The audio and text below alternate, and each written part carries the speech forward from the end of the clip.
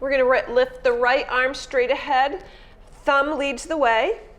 And then check where your hand is. Is it more towards the center, or is it lined up a little bit wider than your shoulder? So I'd like it a little bit wider than your shoulder.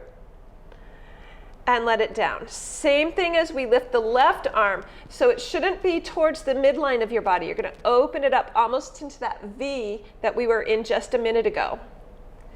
Nice. And relax.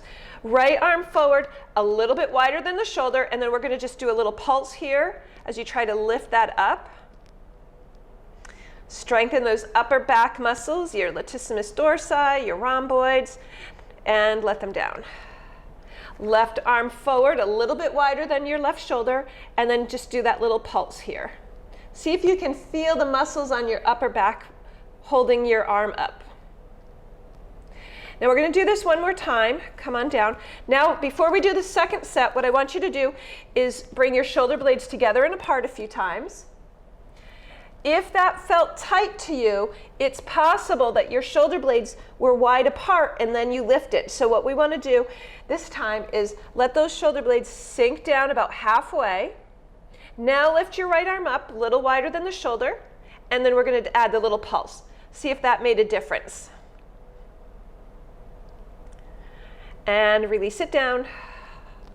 Left arm forward, again, a little bit wider than your left shoulder. Thumb up, and a little pulse here. Good. And let it down. Come into puppy pose. Stretch those shoulders out. Long and strong muscles all day long.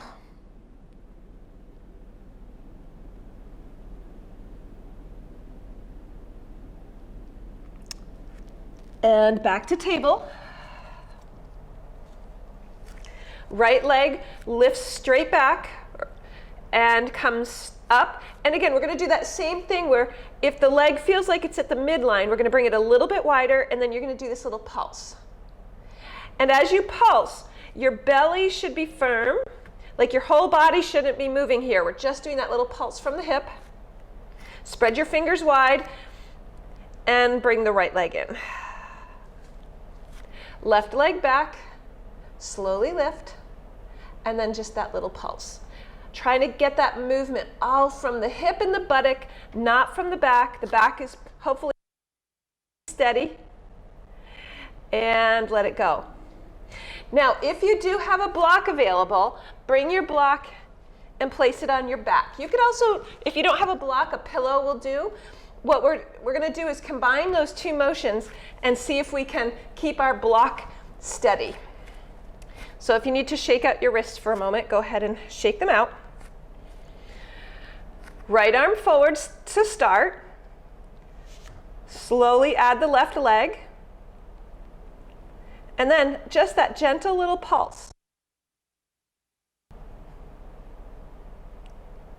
You could also just be doing your arm or just be doing your leg and bring it down. I can't see, hopefully I know my block is still there, so that's good news. All right, left arm forward.